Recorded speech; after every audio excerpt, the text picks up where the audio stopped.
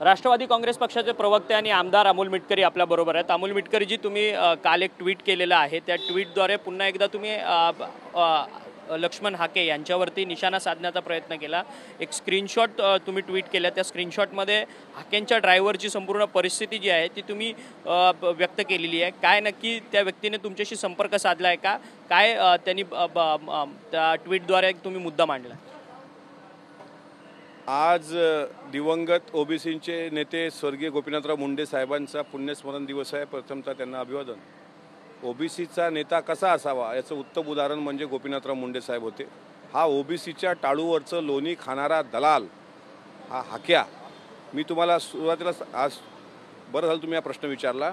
असे अनेक लोकांनी मला व्हॉट्सअपवर काही पाठवलं की यांनी कोणाचे पैसे फसवले, यांनी कुठं तोडपाण्या केल्या। हा याचं उत्तरच देत नाही। तुम्ही बघा तो काय करतो, मला शिव्या काय देतो। काल तर तो जालन्याला होता, प्रेससमोर बोलत होता आणि त्याच्या सोबत जी लोक होती त्यातल्या एकाने मला फोन केला आणि सांगितलं की तुमच्यावर बोलल्यानंतर म्हणजे खालच्या पातळीवर बोलल्यानंतर हा स्वतः रूममध्ये गेला, चेहऱ्याला पाणी मारलं, त्याची जी नकली केस काढून टाकली आणि डोक्यावरचा घाम पुसला। म्हणजे तो असा चिवचिव असा तो काय म्हणतात डिस्टर्ब झाला आहे। त्याच्यामुळे त्याच्या डोक्यात शेण भरलेलं आहे। त्याचे बरेच कारनामे समोर येत आहेत। त्यांनी ज्या लोकांना लुटला, तो जो ड्रायव्हर होता ना त्याने मला संपर्क केला, त्याच्या पत्नीचा पगार त्यांनी थांबवला आहे। इतकंच नाही, पुण्यामध्ये ज्या ठिकाणी तो राहत होता त्याच्या मित्रांनी पण त्याच्यावर आरोप केले।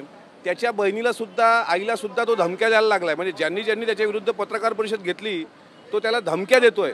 त्या हाक्याला सांगतो, हाक्या इथे भारतीय संविधानाचं राज्य आहे, तू जास्त मचमच करू नको, तुझं तोंड जास्त थोबाड तू उघडू नको। तुम्ही कोणाला सोबत भ्रष्टाचार करून काय तोडपाण्या केल्या त्याच्याकडं आमचं फक्त तेवढा स्पेसिफिक प्रश्न आहे। राहिला प्रश्न व्हीजेएनटीसाठी काय तरतूद केली, धनगर समाजासाठी काय तरतूद केली, ओबीसीसाठी काय तरतूद केली। आता इथे सह्याद्रीला कॅबिनेट बैठक आहे, त्याच्या अगोदर सगळं मी आढावा घेतला आहे आणि काय प्रोसेस सुरू आहे हे ओबीसी म्हणून मी समजून घेतलेली आहे। तू ओबीसीचा नेता कधी झाला या प्रश्नाचं उत्तर दे आणि जिथं तू आर्थिक गैरव्यवहार केलेत ज्या मतदारसंघात त्या प्रश्नाची उत्तर दे। आम्हाला बाकी शिव्याश्राप देण्यात तुला जेवढा आनंद वाटतोय, आसुरी आनंद, तो तुझ्याजवळ ठेव।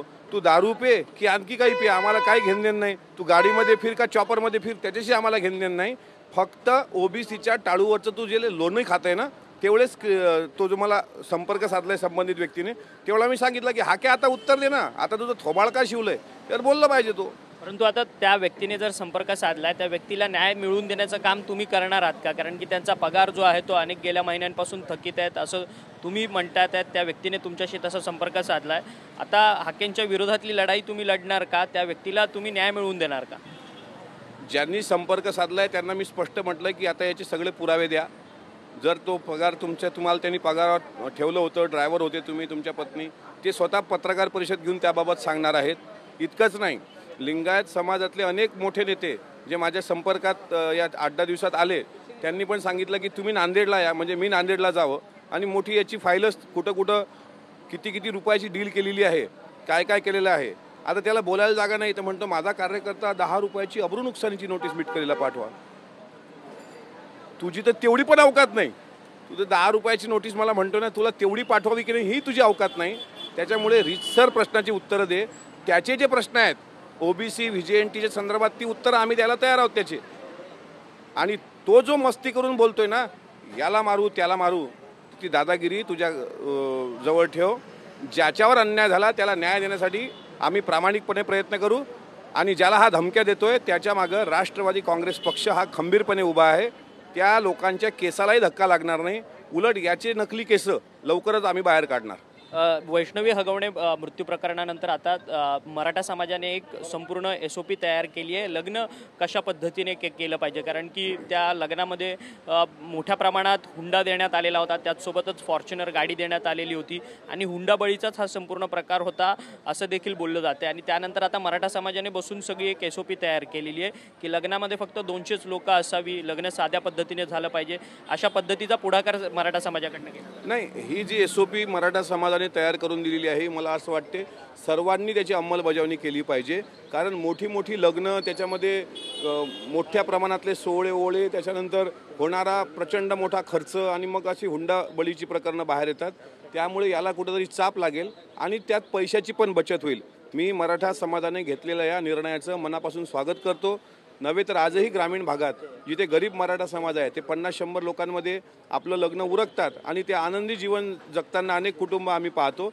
बस तीच पूर्वापार चालत आलेली आपली SOP ती आता त्याची परत अंमलबजावणी जर मराठा समाज करत असेल तर नुसतं मराठा समाजच नाही, इतर समाजाने सुद्धा त्या SOPची अंमलबजावणी केली पाहिजे, कारण ती अत्यंत चांगली अशी आदर्श आचारसंहिता ठरेल. खरं तर धन्यवाद, तुम्ही आमच्याशी बातचीत केली. आमदार अमोल मिटकरी आपल्याबरोबर होते. त्यांचं असं म्हणणं आहे की लक्ष्मण हाके जे आहेत ते कुठेतरी त्यांच्याच कर्मचाऱ्यांना फसवण्याचं काम करतात आहेत, त्यामुळे या कर्मचाऱ्यांना न्याय देण्याचं काम जे आहे ते माझ्याकडनं होईल असं मत जे आहे ते अमोल मिटकरी यांनी आपल्याशी बोलताना व्यक्त केलेलं आहे. व्हिडिओ जर्नलिस्ट मनीष विचारेसह अक्षय मंगणे, TV9 मराठी, मुंबई.